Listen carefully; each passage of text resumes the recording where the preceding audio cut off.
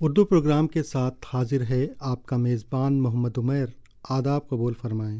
سامعین، موسم سرما کا آغاز ہو چکا ہے۔ موسم میں تبدیلی کے ساتھ ہمارے روزمرہ کے معمولات میں بھی کافی تبدیلی ہو رہی ہے۔ ایسے میں ہمیں آپ کو اپنا خیال رکھنے کی خاص ضرورت ہے۔ گرم کپڑوں کے ساتھ اپنے کھانے پینے کا خیال رکھیں۔ بزرگ اور خاص کر وہ بزرگ جو ذیابیطیز، قلبی امراض یا بلڈ پریشر کے مریض ہیں، انہیں موسم سرما میں خاص خیال رکھنا ہے۔ ایسے میں آپ کو چاہیے کہ آپ ڈاکٹر کے بتائے گئے نسخے پر مکمل طور پر عمل کریں۔ موسم سرما میں نیم گرم پانی سے نہانے کی کوشش کریں، کیونکہ ٹھنڈا پانی جلد کو نقصان پہنچا سکتا ہے۔ اس موسم میں پانی پینے کا بھی خاص خیال رکھیں۔ جتنا ہو سکے گرم پانی ہی پئیں۔ کھانے میں سوپ، سبزیاں اور گرم مشروبات شامل کریں تاکہ جسم کی حرارت بنی رہے اور توانائی حاصل ہو۔ اس موسم میں بزرگوں، بچوں اور مریضوں کو سردی سے بچائیں۔ یاد رکھیں، سردی میں احتیاط ہی صحت کی ضمانت ہے۔ خود کا خیال رکھیں اور دوسروں کو بھی آگاہ کریں۔ سامعین، اس اہم گفتگو کے بعد اب بات عہد وسطیٰ کے دور کے ہندوستان کی، اس دور کے ہندوستان کی جس نے اپنے علم، تجارت اور تہذیب سے پوری دنیا کو متاثر کیا۔ خاص طور پر عرب مورخین اور سیاحوں کی نگاہوں میں ہندوستان کیسا تھا، اس پر اب پیش ہے خصوصی مقالہ۔ موضوع ہے عہد وسطیٰ کا ہندوستان عربوں کی نظر میں۔ مقالہ نگار ہیں جناب ڈاکٹر عامر حسین صدیقی۔ سماعت فرمائیں۔ عرب اور ہندوستان کے تعلقات کی بنیادیں زمانہ قدیم میں ہی استوار ہو چکی تھیں، جن کا آغاز خلیج فارس اور بحیرہ عرب کے ذریعے ہونے والے تجارتی سرگرمیوں سے ہوا۔ یہ تعلقات جلد ہی تجارتی حدود سے نکل کر سماجی، ثقافتی اور مذہبی اثرات کے تبادلے کا سبب بنے۔ کئی عرب تاجروں نے ہندوستان کے ساحلی علاقوں جیسے مالابار اور سندھ میں سکونت اختیار کی، مقامی لوگوں سے شادیاں کیں اور یوں ایک مشترکہ ثقافتی منظرنامہ تشکیل پایا۔ قدیم ہندوستان کے سماجی حالات کو سمجھنے کے لیے جو مآخذ دستیاب ہیں، ان میں 9ویں اور 10ویں صدی کے عرب سیاحوں کے سفرنامے کلیدی اہمیت کے حامل ہیں۔ 9ویں صدی عیسوی میں ہندوستان سے چین تک کا سفر کرنے والے ایک عرب سوداگر سلیمان تاجر کی تحریریں، جن کا کچھ حصہ عجائب الدنیا و قیاس البلدان میں شامل ہے، 9ویں صدی کے ہندوستان کی روزمرہ کی زندگی، عادات اور حکومتی ڈھانچے پر روشنی ڈالتی ہیں۔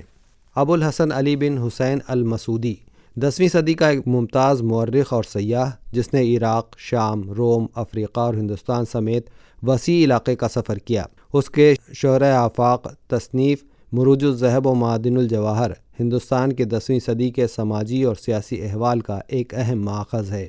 یہ دونوں سیاح ہندوستانی معاشرے کے گہرے مشاہدین تھے، جنہوں نے یہاں کی اخلاقی اقدار، رسم و رواج اور معاشی ڈھانچے کو غیر جانبدارانہ انداز میں ریکارڈ کیا۔ عرب سیاحوں کی تحریروں سے یہ واضح ہوتا ہے کہ قدیم ہندوستانی سماج میں خواتین کا مقام کافی باعزت اور بااختیار تھا۔ یہ مشاہدات بعد کے ادوار میں سامنے آنے والے سماجی انحطاط کے برخلاف ایک روشن تصور پیش کرتے ہیں۔ سلیمان تاجر نے بعض جزائر، جن کی تعداد تقریباً 1900 بتائی جاتی ہے، کا ذکر کیا ہے، جہاں ایک عورت کی حکمرانی تھی اور وہاں کے کاریگر انتہائی ہنرمند تھے۔ سلیمان تاجر عجائب الدنیا میں لکھتے ہیں، ان جزیروں سے بہتر کاریگر کہیں نہیں ہیں۔ یہ خواتین اور مرد خود ہی کرتے، قمیضیں، بحری جہاز اور مکانات بناتے ہیں، جو ان کی معاشی آزادی اور فنی مہارت کا ثبوت ہے۔ سب سے اہم سماجی مشاہدہ ستی، یعنی شوہر کی وفات پر بیوی کا جل جانا کی رسم کے حوالے سے عرب سیاحوں نے اس کی موجودگی کو تو تسلیم کیا ہے، لیکن یہ زور دیا ہے کہ یہ عمل جبری نہیں تھا، بلکہ عورت کی مرضی پر مبنی تھا۔ سلیمان تاجر نے لکھا ہے کہ بادشاہ کی رانیاں عموماً ستی ہو جاتی تھیں، اور اگر وہ نہ چاہیں تو نہ ستی ہوں۔ المسعودی نے روسی اور اسقلیہ کے ساتھ ساتھ ہندوؤں میں بھی اس رواج کا ذکر کیا ہے، لیکن واضح کیا ہے کہ ستی ہونا عورت کی اپنی مرضی اور جانفشانی سے تھا، کیونکہ وہ اپنے شوہر کے ساتھ جنت میں جانے کا عقیدہ رکھتی تھیں۔ یہ شواہد ثابت کرتے ہیں کہ 10ویں صدی تک خواتین کو ستی کے لیے مجبور کرنے کا رواج، جو بعد میں ایک سماجی برائی بنا، اس وقت جڑ نہیں پکڑ پایا تھا۔ قدیم ہندوستانی سماج کی ایک ممتاز اخلاقی خصوصیت شراب نوشی سے شدید اجتناب تھا۔ عرب سیاحوں کے مطابق یہ اجتناب صرف مذہبی نہیں بلکہ معاشرتی شرافت اور حکومتی نظم و نسق کا معیار تھا۔ سلیمان تاجر نے لکھا ہے کہ راجہ شراب نہیں پیتے اور نہ ہی سرکہ کھاتے ہیں۔ ان کا استدلال تھا کہ نشے میں دھت حکمران ملک میں نظم و نسق قائم نہیں رکھ سکتا، خاص طور پر جبکہ ارد گرد کے بادشاہ مسلسل لڑتے رہتے ہیں۔ یہ ایک سیاسی اور انتظامی حکمت تھی۔ المسعودی نے اس خوبی کا مشاہدہ کیا اور لکھا ہے کہ ہندو شراب نہیں پیتے کیونکہ وہ سمجھتے ہیں کہ اس سے عقل کم ہو جاتی ہے۔ اگر کسی بادشاہ کے بارے میں معلوم ہو جائے کہ وہ شراب پیتا ہے تو عوام اسے حکومت سے ہٹانے کو درست سمجھتے تھے، کیونکہ دماغ خراب ہونے کے بعد وہ سیاست نہیں کر سکتا۔ یہ ایک جمہوری عنصر کی نشاندہی کرتا ہے جہاں عوام اخلاقی بنیادوں پر بادشاہ کو ہٹانے کا حق رکھتے ہیں۔ ہندوستانی سماج کا وہ پہلو جس کو دونوں سیاحوں نے یکساں طور پر سخت نوٹ کیا وہ ذات پات کا نظام اور پیشوں کا موروثی ہونا تھا۔ سلیمان تاجر اور المسعودی کا متفقہ مشاہدہ ہے کہ ہندوستان میں حکومت ایک ہی خاندان یا نسب میں رہتی ہے اور اسے کسی دوسرے کو منتقل نہیں کیا جا سکتا۔ یہ موروثیت صرف حکمرانی تک ہی محدود نہیں تھی بلکہ بنیوں، ججوں اور دیگر اہلکاروں اور پیشہ ور افراد کے عہدوں پر بھی لاگو ہوتی تھی۔ المسعودی نے واضح کیا ہے کہ یہ تمام عہدے ایک مخصوص نسب سے تعلق رکھتے تھے اور انہیں تبدیل نہیں کیا جا سکتا تھا، جو ایک جامد سماجی ڈھانچے کی عکاسی کرتا ہے۔ عرب سیاحوں نے ہندوستان کی روزمرہ کے عادات اور معاشی مہارتوں کو بھی تفصیل سے بیان کیا ہے۔ صفائی کی عادت پر سلیمان تاجر نے لکھا ہے کہ ہندوستانی مسواک اور غسل کیے بغیر کھانا نہیں کھاتے تھے، جو ان کی صفائی پسندی کی عادت کو ظاہر کرتا ہے۔ اسی طرح خوراک کے تعلق سے لکھا ہے کہ ہندوستانیوں کی بنیادی خوراک چاول تھی، وہ گندم نہیں کھاتے۔ لباس اور زیورات کے تعلق سے لکھا ہے کہ ہندوستانی 2 لنگیوں کا استعمال کرتے تھے۔ مرد اور عورت دونوں سونے اور قیمتی پتھروں کے کنگن اور زیورات پہنتے تھے، جو ان کی معاشی خوشحالی کی نشاندہی ہے۔ ہندوستانی کپڑوں، خاص طور پر سوتی کپڑوں کی مانگ بیرونی دنیا میں بہت زیادہ تھی۔ سلیمان تاجر نے ہندوستان کے کپڑوں کی تعریف کی جو اتنے باریک اور نازک ہوتے تھے کہ وہ انگوٹھیوں میں آسانی سے سما جاتے تھے۔ المسعودی نے بھی ان کپڑوں کی نفاست اور نرمی کو تسلیم کیا ہے۔ سماجی تعلقات کی گہرائی سیاسی منظرنامے میں بھی نظر آتی ہے۔ المسعودی کے مطابق ہندوستان میں بعض علاقوں جیسے ملتان اور منصورہ پر عرب قبائل کی کئی موروثی حکومتیں قائم تھیں۔ یہ حکمران خاندان اسلام کی آمد سے پہلے کے قدیم زمانے سے یہاں آباد تھے۔ شاہ بلہرہ کے احترام کے تعلق سے عرب سیاحوں نے لکھا ہے کہ شاہ بلہرہ، جو غالباً راشٹرکوٹ بادشاہ کا لقب تھا، کی حکومت کی خاص تعریف کی ہے۔ سلیمان تاجر نے لکھا ہے کہ بلہرہ اور اس کی رعایا سے زیادہ کوئی بھی بادشاہ اور رعایا عربوں سے محبت نہیں کرتی تھی۔ المسعودی نے بھی تائید کی ہے کہ بلہرہ کی بادشاہی میں مسلمانوں کی مسجدیں آباد تھیں اور بادشاہ مسلمانوں کی سب سے زیادہ عزت کرتا تھا۔ یہاں کے لوگوں کا عقیدہ تھا کہ ان کے بادشاہوں کی طویل عمر عدل و انصاف اور عربوں کے احترام کی وجہ سے ہے۔ سلیمان تاجر اور المسعودی کے مشاہدات قدیم ہندوستان کی سماجی حالت کا ایک بصیرت افروز اور مستند ریکارڈ فراہم کرتے ہیں۔ ہندوستان اور عرب کے تعلقات کی وسعت نے ایک ایسا سماجی ماحول پیدا کیا جہاں عرب آبادیاں مضبوط سیاسی حیثیت رکھتی تھیں اور مقامی آبادی عربوں کو عزت کی نگاہ سے دیکھتی تھی۔ 9ویں اور 10ویں صدی تک خواتین کو سماج میں بلند مقام حاصل تھا اور رسم ستی ایک رضاکارانہ عمل تھا۔ یہ بات کہ قرون وسطیٰ کے ہندوستان کے برعکس ایک مثبت سماجی تصویر ہے۔ شراب سے مکمل اجتناب کرنا معاشرتی شرافت کا معیار تھا اور یہ ایک ایسا سماجی اصول تھا جو بادشاہ کی حکمرانی کی اہلیت پر بھی اثر انداز ہوتا تھا۔ اگرچہ بعض اخلاقی اقدار بلند تھیں، لیکن ذات پات اور پیشوں کی موروثیت نے سماجی ڈھانچے کو سخت اور غیر متحرک بنا دیا تھا۔ مجموعی طور پر ان عرب سیاحوں کی تحریریں قدیم ہندوستان کی سماجی، اخلاقی اور معاشی احوال کو سمجھنے کے لیے ناگزیر ہیں اور یہ ثابت کرتی ہیں کہ ثقافتی تبادلہ محض مال کی خرید و فروخت سے کہیں زیادہ گہرا تھا۔ سامعین، ابھی آپ عہد وسطیٰ کا ہندوستان عربوں کی نظر میں عنوان سے سماعت فرما رہے تھے۔ خصوصی مقالہ نگار تھے جناب ڈاکٹر عامر حسین صدیقی۔ سامعین، اب ماحول کو تبدیل کرتے ہیں، آپ کو لے کر چلتے ہیں شعر و ادب کی محفل میں، جہاں کلام شاعر کے تحت اپنے تازہ کلام کے ساتھ حاضر ہیں شاعر جناب عتیق فتح پوری۔ غزل کا مطلع سماعت فرمائیں۔ لاکھ چاہا مگر نہیں آیا، شاخ دل پر ثمر نہیں آیا، عیب مجھ میں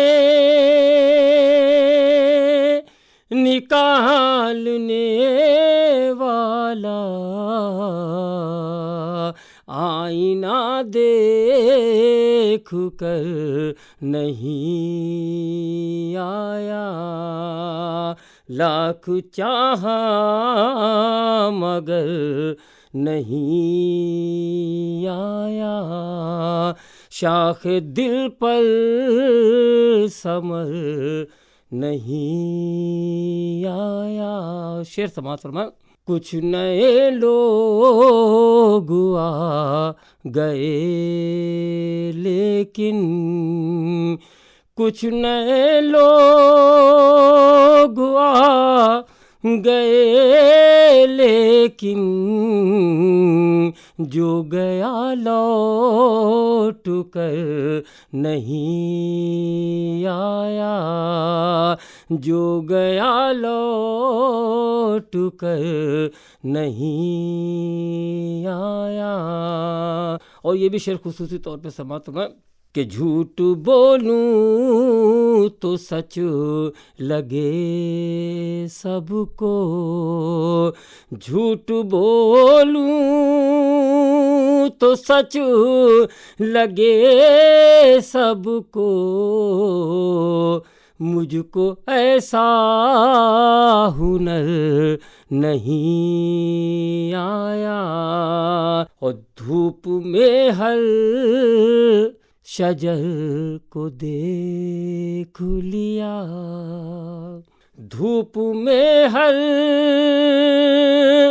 شجر کو دیکھ لیا، کہیں سایہ نظر نہیں آیا، لاکھ چاہا مگر نہیں آیا، شاخ دل پر ثمر نہیں آیا، اور دھوپ میں ہر شجر کو دیکھ لیا، کہیں سایہ نظر نہیں آیا، کہ میں نے ہر سو نگاہ دوڑائی، میں نے ہر سو نگاہ دوڑائی، کوئی اپنا نظر نہیں آیا، اور چلتے چلتے بھٹک گیا ہوں عتیق، چلتے چلتے بھٹک گیا ہوں عتیق، ہو گئی شام گھر نہیں آیا، ہو گئی شام گھر نہیں آیا۔ ایک غزل کے چند شعر اور سماعت فرما لیں۔ مطلب پیش خدمت ہے کہ نہ جانے کتنے ہی خوابوں میں رنگ بھرتا ہے، نہ جانے کتنے ہی خوابوں میں رنگ بھرتا ہے، دریچہ کھول کے آخر وہ کیوں سنورتا ہے۔ اور شعر سماعت فرمائیں کہ کسی خیال میں کھویا ہوا نظر آئے، کسی خیال میں کھویا ہوا نظر آئے، وہ رفتہ رفتہ میری سیڑھیاں اترتا ہے، وہ رفتہ رفتہ میری سیڑھیاں اترتا ہے۔ اور یہ بھی شعر خصوصی طور پہ سماعت فرمائیں کہ جو ایک بار غلط راستے پہ جا نکلے، جو ایک بار غلط راستے پہ جا نکلے ضمیر اس سے ہمیشہ سوال کرتا ہے، ضمیر اس سے ہمیشہ سوال کرتا ہے، نہ جانے کتنے ہی خوابوں میں رنگ بھرتا ہے، اور تیرے مکان کی مڈیروں پہ بیٹھنے کے لیے، تیرے مکان کی مڈیروں پہ بیٹھنے کے لیے میری نظر کا پرندہ اڑان بھرتا ہے، میری نظر کا پرندہ اڑان بھرتا ہے۔ اور یہ بھی شعر خاص طور سے سماعت فرمانے، کسی کی کوششیں آتی نہیں ہے کام اس کے، کسی کی کوششیں آتی نہیں ہے کام اس کے، وہ اپنی خاک کے اندر سے خود ابھرتا ہے، وہ اپنی خاک کے اندر سے خود ابھرتا ہے۔ اور آخری غزل کا شعر سماعت فرمائیں کہ جو بھول جاتا ہے کیا زندگی کا ہے مقصد، جو بھول جاتا ہے کیا زندگی کا ہے مقصد، وہ ایک بار نہیں روز روز مرتا ہے، وہ ایک بار نہیں روز روز۔ میں سکون دل کی تلاش میں نہ ادھر گیا نہ ادھر گیا، میں سکون دل کی تلاش میں نہ ادھر گیا نہ ادھر گیا، مجھے سنگ در پہ امان ملی، میں وہیں پہ جا کے ٹھہر گیا۔ اور یہ شعر خصوصی طور پہ سماعت فرمائیں کہ انہیں اپنے سجدوں پہ ناز تھا، میں اسیر زلف دراز تھا، وہ خدا شناس نہ بن سکے، وہ خدا شناس نہ بن سکے، میں صنم کو پا کے سنور گیا۔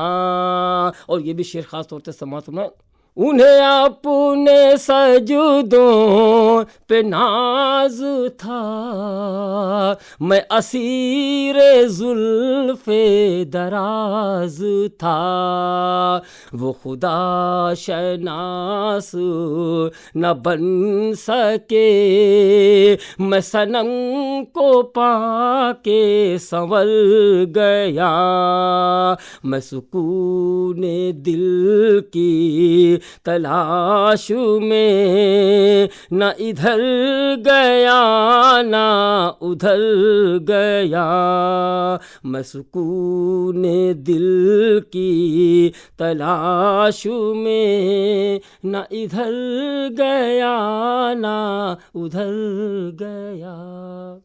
سامعین، ابھی آپ کلام شاعر کے تحت محظوظ ہو رہے تھے شاعر جناب عتیق فتح پوری کے خوبصورت کلام سے۔ آپ کو یہ پروگرام کیسا لگا؟ ہمیں اپنی رائے سے مطلع ضرور کریں۔ آپ ہمیں ای میل کر سکتے ہیں، ہماری ای میل آئی ڈی ہے kkls.urdu@gmail.com۔ اسی کے ساتھ آج کا یہ اردو پروگرام یہیں پر اختتام پذیر ہوتا ہے۔ اپنے میزبان محمد عمیر کو دیں اجازت۔ آداب۔